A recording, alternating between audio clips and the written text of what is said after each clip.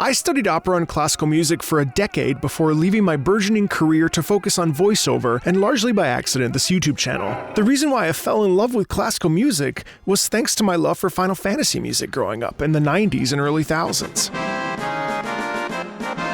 I didn't grow up loving classical music. In fact, I fell asleep during my first opera experiences with Le Nozze di Figaro and Don Giovanni. Sorry, Mozart. That said, I often wonder why music that was so important to me and so many others growing up is seemingly stuck in its own domain on my TV or in my computer monitor. Is video game music less than classical music? Is video game music classical music? What even is classical music? And how do video games fit into the world of music as a whole? So let's start here. What is classical music? It's music that helps you sleep. No, that's not. Classical music has two definitions. On the one hand, it's music written during the classical period, which started in 1750 and ended around 1830. That spans composers from Bach, Haydn, Mozart, and ends with Beethoven. When we switch to the Romantic time period, and on the other hand, it is an umbrella term describing serious music of the Western world, encompassing all the different time periods: Baroque, Classical, Romantic, and Contemporary. This is the kind of one-off term you hear when you turn on your favorite radio station that features classical music, where you'll get a smattering of time periods from Bach to Stravinsky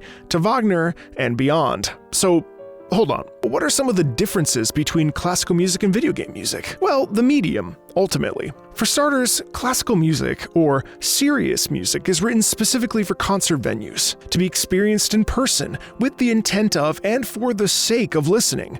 Absolute music, also known as pure music, is a term used for music that is composed for the simple act of being performed. It's not connected to a story or to a specific program. Meanwhile, we hear video game music everywhere, but mainly it's designed for our TVs, consoles, and PCs to directly connect us to the games that we're playing. You're gonna die. You see, video game music is almost always programmatic, program music. It's designed to aid in telling a story. It builds tension, it clues us into joy, love, anger, vengeance, a great battle, pain, a storm in the distance, coming face to face with our destiny. Listen how the music shifts. This is also a technique that we hear in music composed for symphonies, in tone poems, but this is just one type of genre of classical music, while video games really are relegated to our experiences in-game. The first of these types of tone poems is often attributed with the 1812 Overture by Tchaikovsky. Take a listen.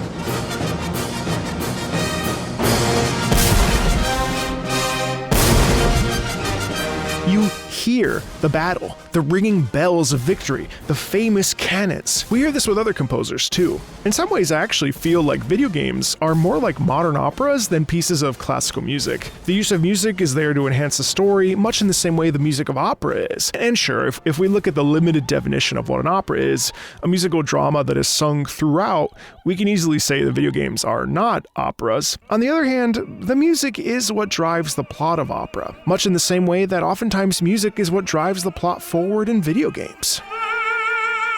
Style and time period. Classical music, the umbrella term now, encompasses a vast amount of styles and historical time periods. Well, since it's been around for hundreds of years, video game music is commonly characterized by electronic or synthesized instruments, and typically doesn't have any sort of restrictions when it comes to genres, from EDM all the way to gothica dark synth or jazz. You like jazz? Length. This one may seem obvious, but typical classical compositions vary vastly in lengths, especially when we compare them to video game music, which feels long, but it is actually commonly looped in 2 to 5 minute bursts. So while a Beethoven symphony is between 25 and 70 minutes, our favorite video game tracks are often 2 to 5 minutes on loop for as long as it takes for us to finish the battle or the gameplay moment. These are just tiny examples of the differences between classical music and video games. So is video game music classical music? It's a tricky answer. Video game music still to this day in 2023 feels like a secondary or pop culture experience. Relegated to its domain, sure, we get our video game live tours or distant worlds experiences, which not to undercut those because I personally love them, but we still don't see the main theme from Monster Hunter World or One-Winged Angel or whatever other favorite piece of yours that has classical underpinnings in traditional programming alongside Mendelssohn or Bach as frequently as we should. Video game music typically features orchestra, just like classical music. There are complex harmonies and melodies, not dissimilar to classical music. There's often a clear formal structure with obvious and apparent beginnings, middles, and ends, especially in FromSoft music, which typically has 2 phases. It also goes without saying that video game music is all about emotional expression, which is, by the way, much more synonymous with music from the Romantic time period rather than the classical time period. Video game music and composers are always striving to help us feel a mood or put us in a scene. Ultimately, the real answer is yes, but also no. Yes, video game music borrows from aspects of classical music, and no, video game music wasn't around during the actual classical time period, unless Beethoven was up to something we didn't know about, so it couldn't possibly be defined as classical music. Video game music lives on its own timeline, much in the same way that movie music does, or anime music. I do think that there are a lot of people out there like me that fell madly in love with video game music, and it led them to come to appreciate classical music. While they are technically speaking different genres, I do think that they can be a bridge to one another, which brings me to a point that I am deeply passionate about. Symphony halls across this country, the United States, and the world would benefit immensely from integrating video game music that borrows from classical compositional techniques into their regular programming. Perhaps this is a hot take or so, but look at the numbers. Many of the greatest symphonies in the United States make roughly anywhere from $24 million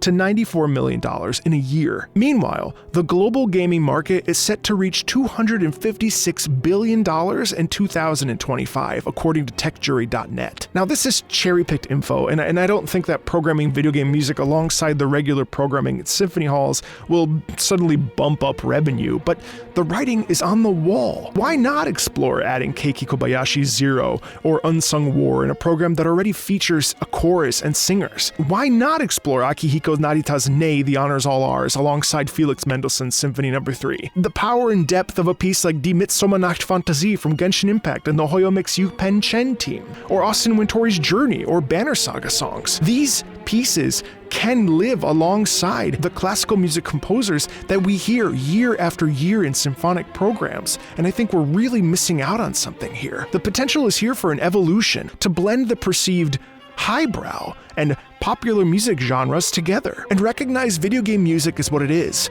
a living, breathing world full of fantastic modern composers. I think the classical music world could benefit immensely from the fresh air that video game music could bring, and I beg anyone who works in a symphony hall watching this to please consider this. I can just hear Gehrman playing in the same concert as Wagner's Rheingold highlights, or a Mahler symphony, and honestly, it really lights me up. Genres, definitions, and characterizations will always be blurry and messy, especially in our modern world. But I hope you enjoyed this video. There's a ton of musical analysis and reactions on this channel. Feel free to like, subscribe, and check out the links in the About section. Thanks, and I'll talk to you later. Bye.